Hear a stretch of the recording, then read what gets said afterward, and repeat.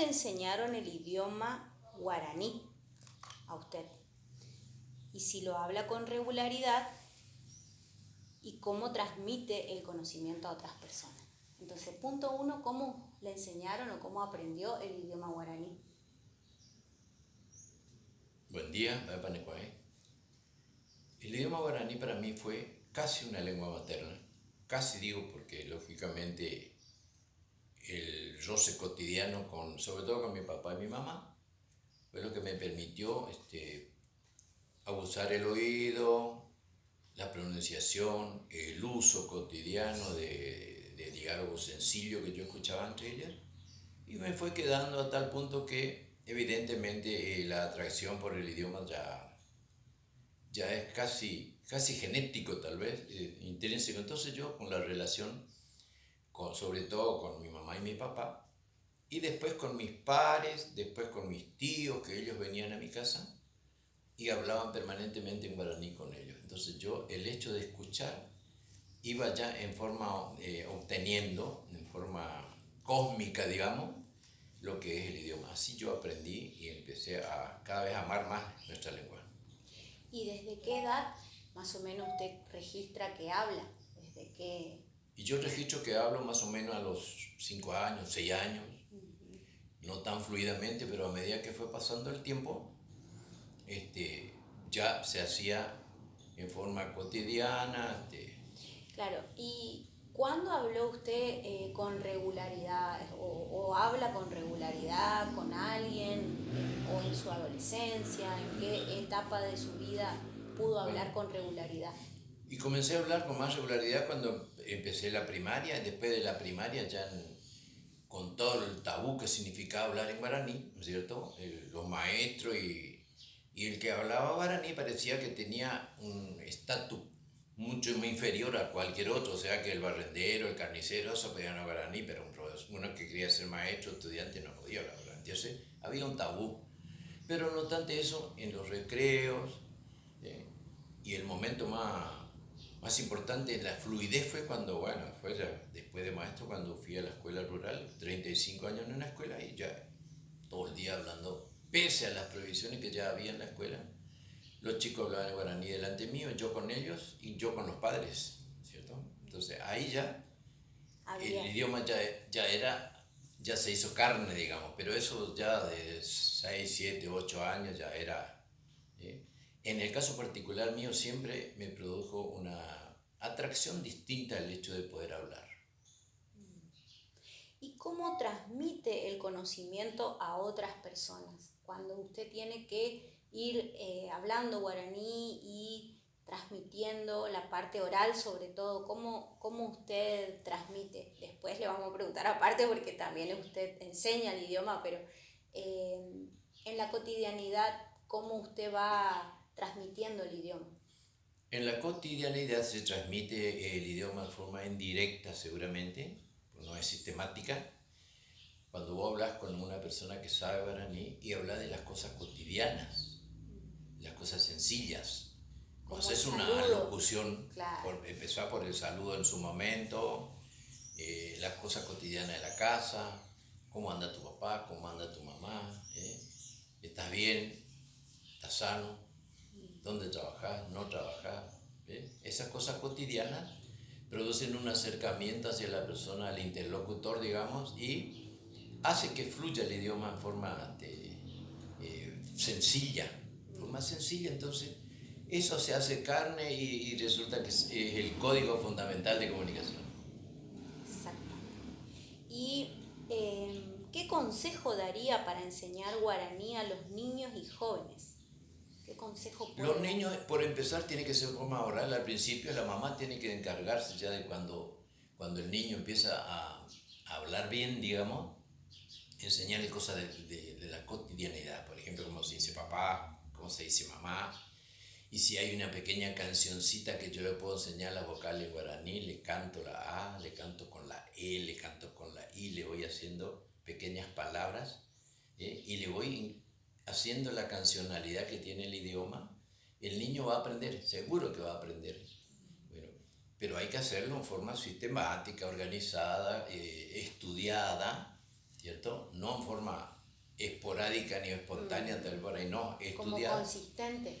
con un sistema, digamos, Sí. un sistema. O sea, yo sé dónde tengo que decir, qué tengo que decir y qué palabras le van a impactar al chico, pero sencillas. Por ejemplo, una canción elaborada por la maestra o por la mamá, tal vez, con las vocales.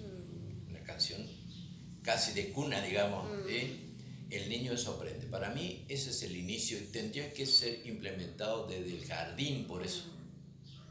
Así es. Y bueno, como para cerrar, yo sé que usted tiene una vasta experiencia en la enseñanza del idioma guaraní en la Universidad Nacional del Nordeste, en los talleres que se realizan en el Centro Cultural.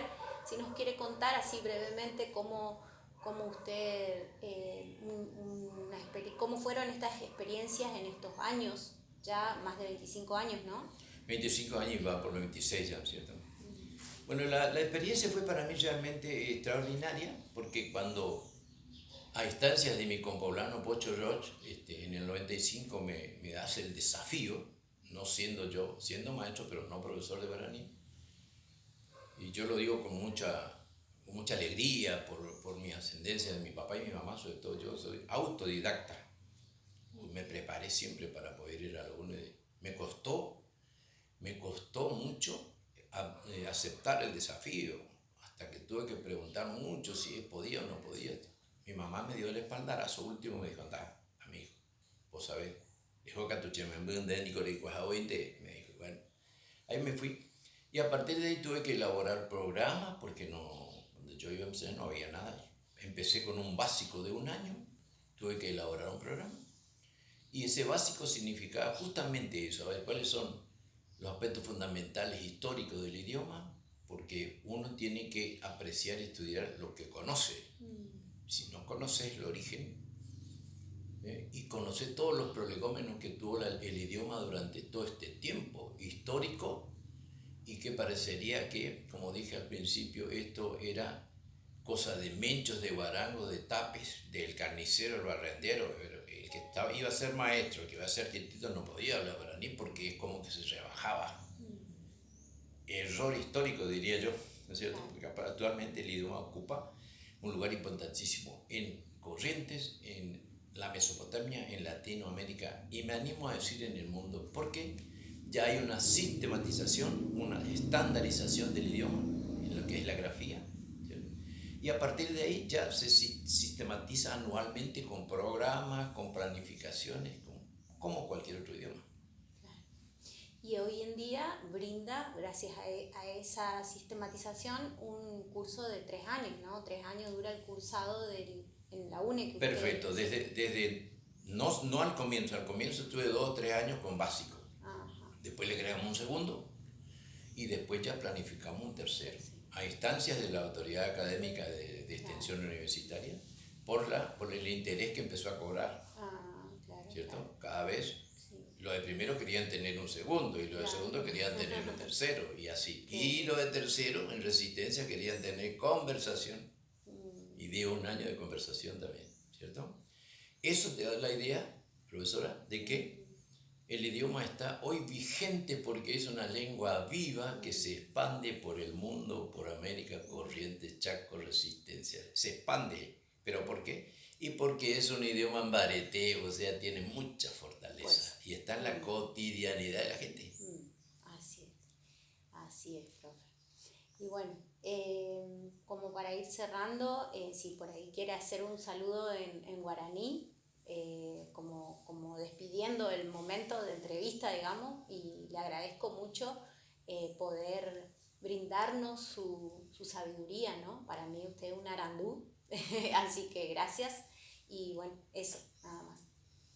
Chaimo a, entero, ñande su, ñande yarui, ha itu acuera, ko awiwa, itatimewa, ombo eva era, y me embucuera, ha, umi caraío, fuimbae, itajira cuera, ani petit, pechapó, peñe Nirogapes, apeñave y taperes, apeñave de vecino, de upecha y te, y catú, ñambo entero, ñandeñe y pone y te beba. Gracias. Ahí. La traducción de